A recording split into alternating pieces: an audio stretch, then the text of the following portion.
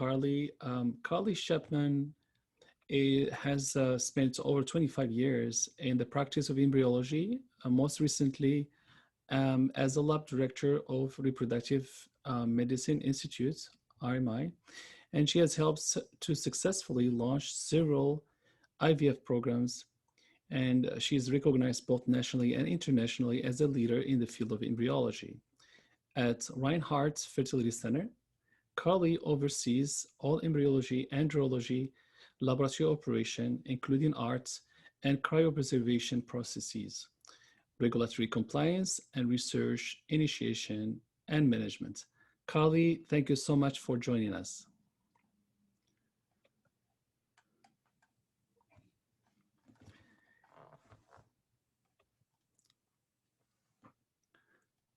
And I think Carli has some technical issue. Carli, are you there?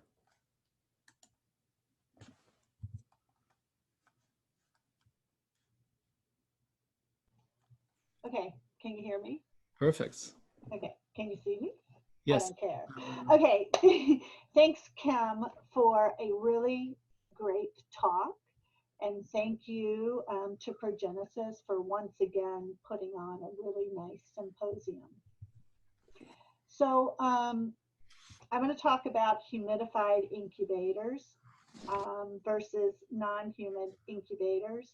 And I just want to say that I am not in incubator sales, but I recently took over a laboratory that has non-humidified incubators. And not being familiar with culturing in non-humidified incubators kind of led me down a rabbit hole. My personal preference can't really influence my decision on whether to use non-humidified incubators or not because I have them. So I'm going to have to figure out how to use them in the best way possible. Next slide, please. So we all know that the incubator is the most important piece of equipment in the IVF laboratory, and the selection and the style and the type of incubator actually requires pretty careful consideration. The incubator provides the appropriate culture environment required to optimize embryo development and clinical outcomes.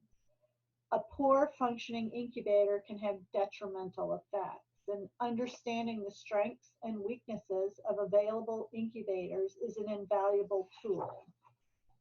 Next slide, please.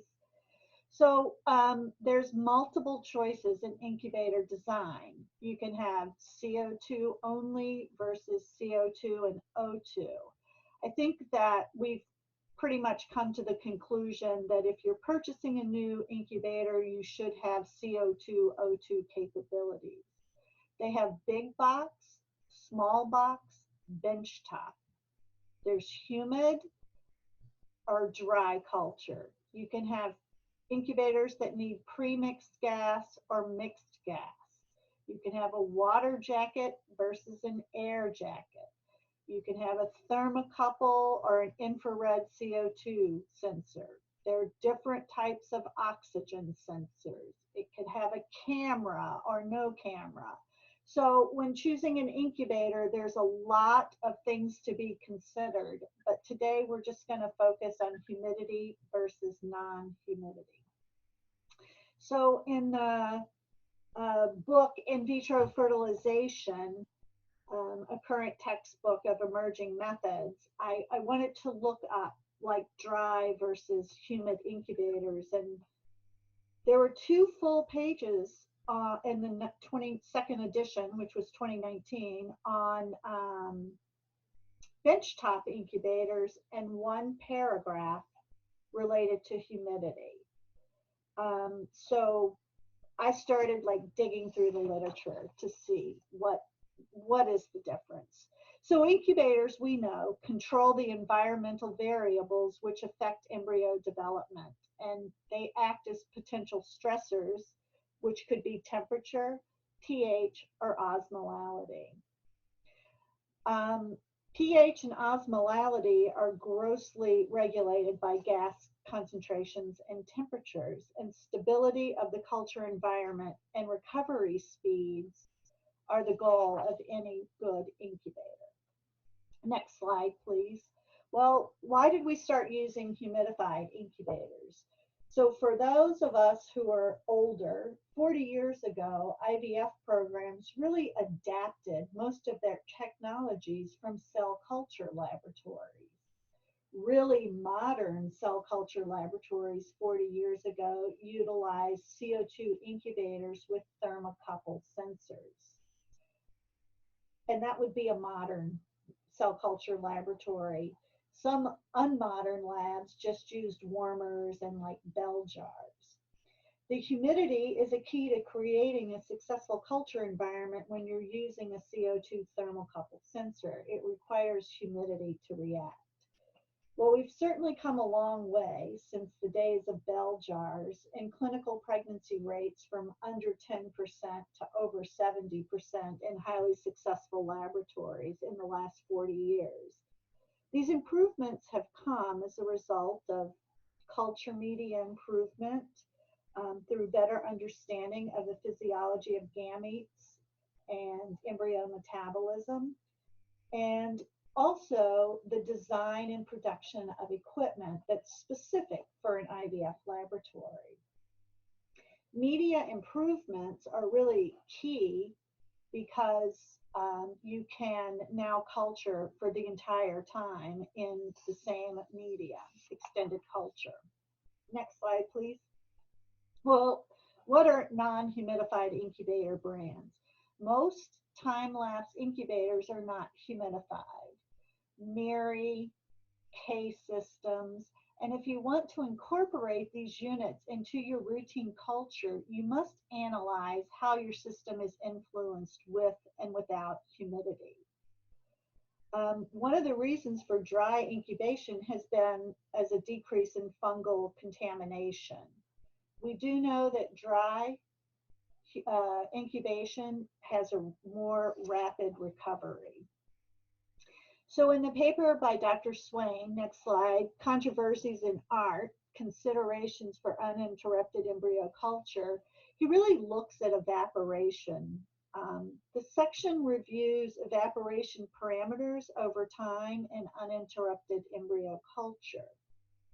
Factors affecting evaporation include your drop volume, the shape, the size, what kind of oil you're using, how much oil you're using, the starting osmolality and amino acid content of the media in use, and the ambient humidity. Each of these things must be considered if you're switching to a dry incubation unit. Next slide. Evaporation results in an increase in media osmolality, which affects cell volume control and can be a stressor and can impair embryo development. Next slide, please. This is a slide of a study done by Dr. Swain, and he looked at one cell mouse embryos. He was using a humidified incubator, but they were cultured in media of different osmolalities, and it ranged from 270 to 330. At 330 milliosmoles, there was a significant delay to the 8-cell stage and 0 blastocyst development. At 310 milliosmoles, blastocyst development was significantly different when compared to 290 or 270. The conclusion from this work is that shifts in medium osmolality due to evaporation can cause significant damage to embryos. Next slide, please. Factors associated with evaporative loss include humidity, oil, surface area to oil ratio, and oil depth. It's also been hypothesized that humidifying, pre-humidifying oil or washing it will decrease the evaporation, but that has not proven to be true. This study, again, was conducted in a humid incubator for the control and a dry incubator. There were actually 2 different dry incubators. So every day they measured the osmolality of the media. And as you can see, in both dry units, when compared to the control unit, the evaporative loss or associated increase in osmolality was significantly higher in the dry units compared to the control units. This also looked at two different drop sizes, 50 microliters and 200 microliters. And the larger the drop, the slower the rate of increase was in the evaporative loss. However, there still was evaporative loss. So in this paper by Yamachi, there are all different kinds of combinations of drop size and different types of oil. Again, there were significant changes in both dry units when compared to the humidified units, and there were differences in different oils. Next slide. So mineral oil viscosity affects the osmotic pressure of human embryo culture media, microdrops, and non-humidified incubators. In this experiment, humidified chambers acted as control and dry chambers were evaluated for results. They used 50 microliter drops of single-step media, which has a starting osmolality of 265. The conclusion after evaluating light oil, heavy oil, and washed oil was that low viscosity mineral oil significantly increased the osmotic pressure of culture media in only 3 days when cultured in a non-humidified incubator chamber. So now we know the drop size, the drop architecture, and the type of oil can affect culture in a non-humidified incubator. So most oils for IVF, it doesn't even matter what manufacturer you use, have different selections of oil. So it's really important that you match your oil to what your incubation conditions are. Next slide. So this was a comparison of clinical pregnancy rates from humidified and dry incubation of embryos in a tropical region.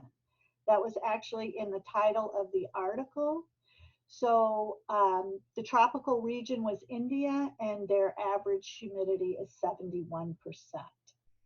So embryos were cultured and frozen at the blastocyst stage in either a dry culture in a miri or a humidified culture in a mink.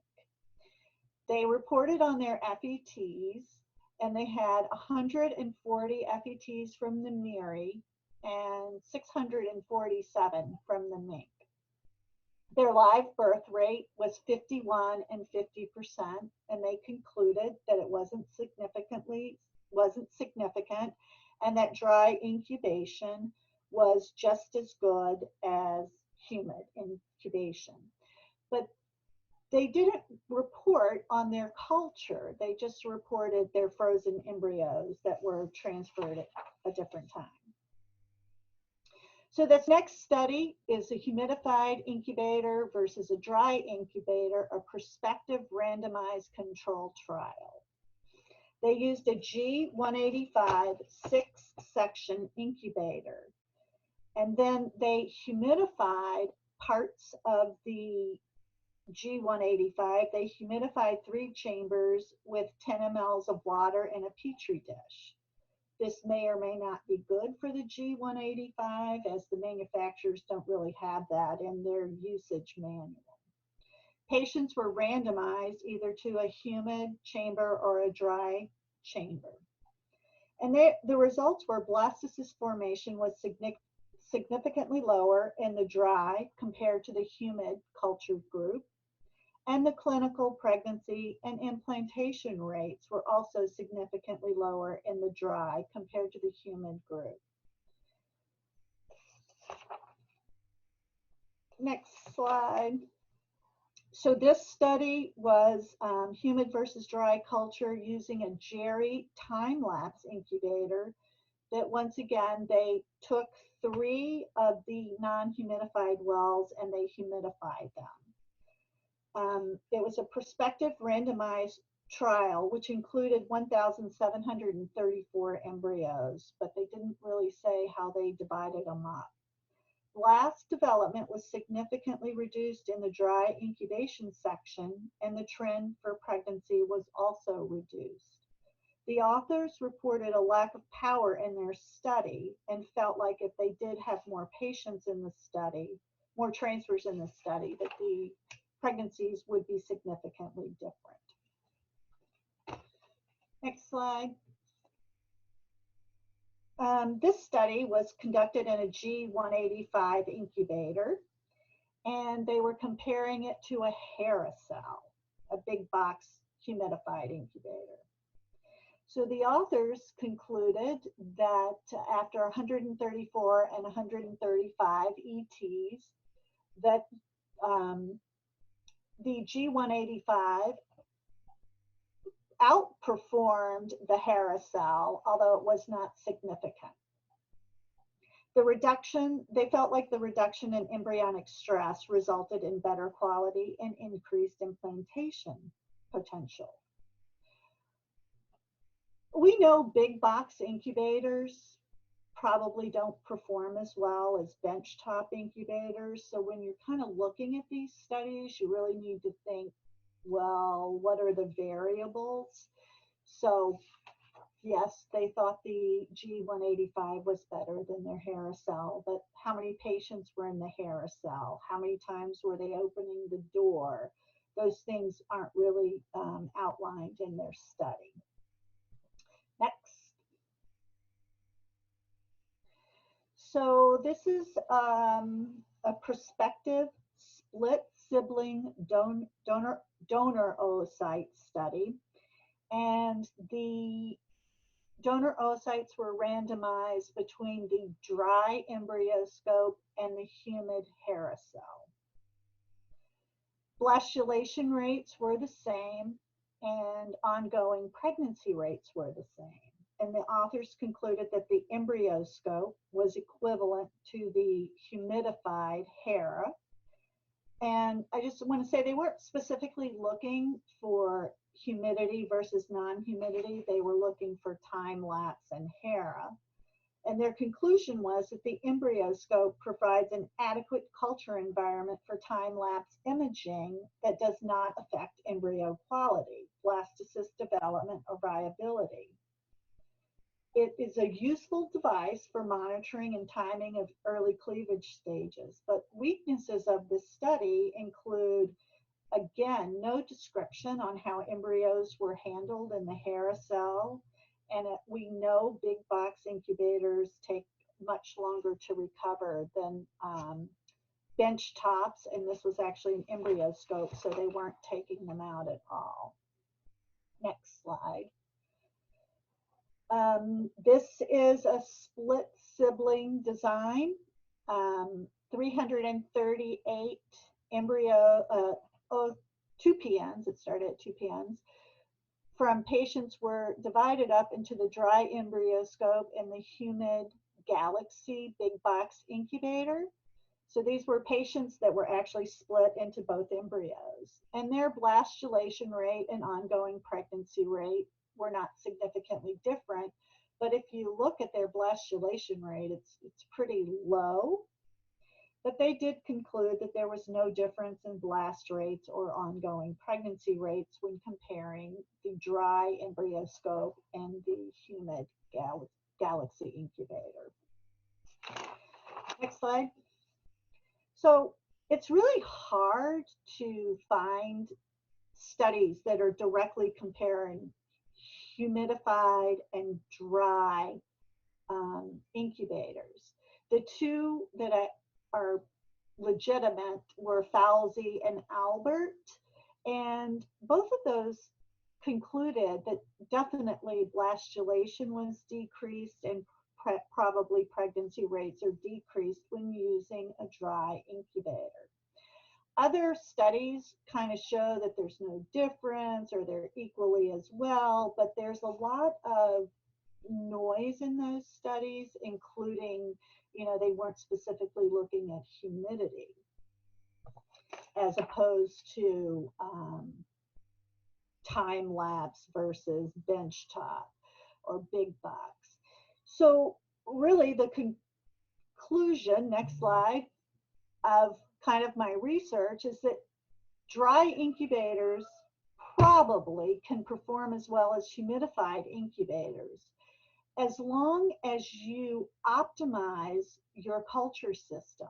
And that may mean altering your drop size, changing your oil overlay, and conditions and embryo development KPIs are carefully monitored until you work your system out. And thank you very much.